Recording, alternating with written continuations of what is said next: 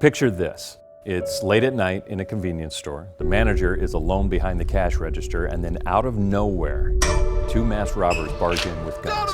Customers drop down to the ground. There is panic, screaming. The managers ask at gunpoint to empty the cash registers and open the safe. Open up! Tragically, this is a true story and a very familiar plot.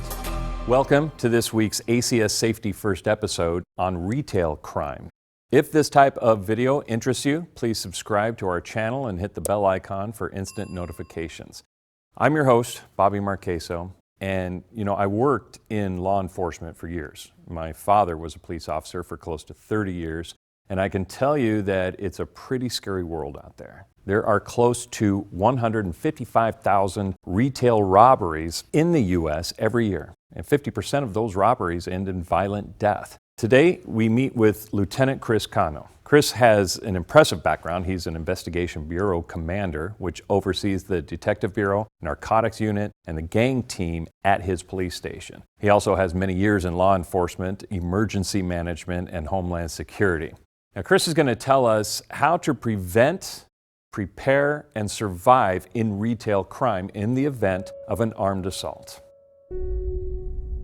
Hey, Chris, welcome to today's show. Today I want to start with this. What makes a store an appealing target to robbers? Well, Bobby, it's quite simple. It's the cash on hand. And if it's a jewelry store, it's the jewelry on hand. Okay.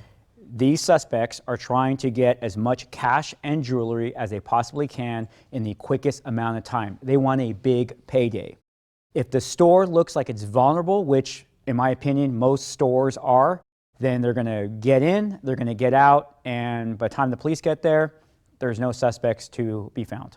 And I've seen some stores actually go through a process where they're depositing most of their cash into a timed safe at certain periods. What's your opinion on that? Well, it is, but here's the problem, is that suspects, they want the cash. So they believe that the store manager or the cashier has the cash on hand or the code to the safe and that, and they, in reality they don't. Right. So it kind of, in those situations, makes the robbery that much more dangerous. Once again, the suspects believe the manager has the codes and so forth. Right. So from your experience, Chris, what are the best ways then to prevent an assault? First thing is, if robbers enter your store, comply with what they're asking for. If they're asking for you to open up the cash register, open it up. Going back to the safe thing, that's the problem, is that they truly believe that the manager or the clerk has the code, and maybe they do, but they're so scared that they can't remember the actual combination. You just want to listen to them, try to plead with them that you don't have the code, but never lie to them. Don't lie to them and say you don't have the code. You're only protecting cash. Give them everything that they want so they can get the heck out of the store. That way they're gone. You can call the police and hopefully we can find these suspects. So then what would be your recommendation then on security devices inside of a retail store? I remember before I became a police officer that I would see unarmed uniform patrol in front of a bank, in front of a jewelry store. And I used to think to myself, what good are they? They don't have a gun. What crime are they going to prevent? Believe it or not, they prevent crime. Uniformed private security, just by their very presence, prevents crime because suspects are cowards. They don't want to be detected. So when they see that uniformed security, they know they've been trained to observe and take in as much information as they possibly can to report that to the police. So they're going to move to the next store that doesn't have that element. The second thing you want to have is you want to have some type of security monitoring system. And you want everybody to know that you have it. Right. You want them to see the cameras. You want them to see the signage. You want this. So this way, once again, we make this target what we call hardened in law enforcement. This is what the FBI tells different establishments what they need to do. They need to target harden their establishments. This is what we want you to do with your storefronts. I've also seen a lot of employees be trained. Some stores are really great about this, other stores not so much, but I've seen the employees trained to, when somebody walks in the store, to look them right in the eye and say, "Hi, welcome," or "Hi, let me know if you need anything." Something that directly communicates with the person walking through the door. And if it is a would-be assailant, they know that they've been seen and they're not as sly slipping in too. Just maybe another preventive measure. This preventative measure plays out in a couple of different ways. So let me explain the first one. Yes, you're absolutely right about throwing off the assailant.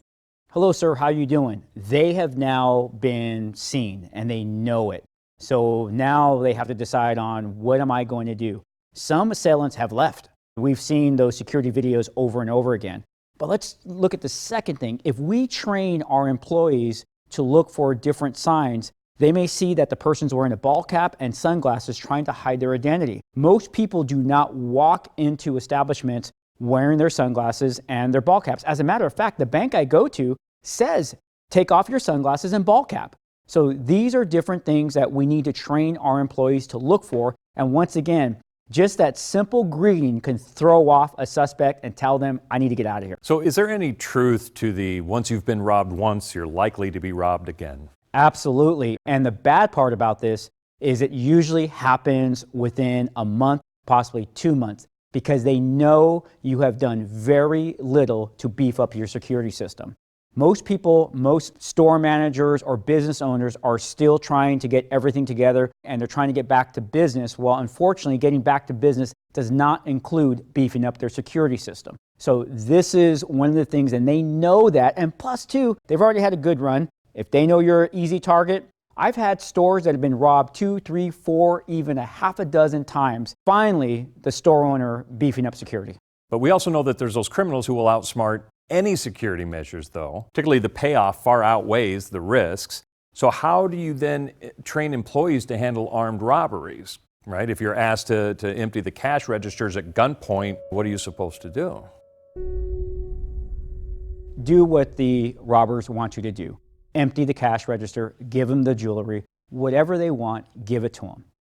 But how do we prepare for this? We should be doing, we call it dry runs. Practice this. As a manager, you should be having your employees, okay, if someone comes through that door with a gun, what are you going to do? Are you going to run? Are you going to hide? To decide what you're going to do at the time of the robbery, that's never going to work. You should already know what you're going to do. So if you know you're going to run, which way are you going to run? Are you going to run to the back exit? Is there a back exit? Are you going to press the panic alarm button and then run? These are drills that you should be doing. In law enforcement, that's all we do. We train. We train for the bad day. Well, that's what you should be doing. You should train for the bad day if it should ever happen. The other thing with this is that I just recently did a debrief about the London stabbing. And what I saw was employees did not know what to do in this situation because they didn't have a plan. Absolutely. And I want to touch base on a little bit when you talked about training your employees. I know that most departments, if they're asked, will send an officer down and can train the employees for. We are trying to teach businesses to run, hide, and fight. Not only does it work for mass shooting incidents, but it works for other terrorist attacks, and it also works for people who are, or establishments that are being robbed. Unfortunately, I can't believe we're here, but we are here as a society. So we need to make sure that everybody knows what to do, and your local police departments will send police officers out to help educate you as a business and your employees as well. Run, hide, and fight. So when would you fight back? We recommend only fighting back when there are no other choices. I'm going to go back to the London incident. In the London incident, on the video that I saw, the stabbers put 2 people down on their knees. They thought by cooperating that they would be okay. The footage I saw was grotesque. These 2 individuals that were on their knees were starting to be stabbed, and one was stabbed to death. This is where you, as a person, need to decide on your life, and you need to now fight. Even if you have nothing in your hands, by fighting the assailants, you can cause them to stop their assault and go someplace else. As a matter of fact, in that same incident, an unarmed police officer started to fight with all 3 of them. He only had his baton. In the incident, he had hit them so many times that they decided that he was no longer a target and they moved on to another target. So he was able to save his life. Even though he did not have a firearm, he was able to save his life by using the tools that were around him and that he had. So in the entire aftermath of everything, your assailants just left the store. They have all the cash and whatever valuables that they could snatch. So in a way, you're very lucky to have survived. I mean, at that point, what's the first thing you do? You need to call the police right away. We need to get responding to your store, your establishment right away, because we also want to guarantee that the suspects have left. That's one of the first things. Now know this, in an active robbery, if you call and say your place has just been robbed, the likelihood of the police responding with lights and siren are likely. My police department, we respond with lights and siren. We are attempting to do two things. We want to get to you as quickly as we can, but we also want to alert the bad people that we're coming to get the heck out of your store, because we know if they're not in your store, they're not hurting you. So that's what we're trying to do. Some people will say, well, you're warning them. Yeah, you know what? I would rather warn them to ensure that you're safe. We can deal with them later, evidence collection, whatever. I always say all bad people eventually get caught. Your safety is paramount, so that's why we respond the way we do to these type of calls. Now, you and I know how traumatic an experience like this can be, and facing the possibility of death has long-term emotional effects. So how do you deal with the emotional trauma of an armed assault? The first thing, I go back to training. You first have to be prepared and know that you can possibly be a victim of an armed assault.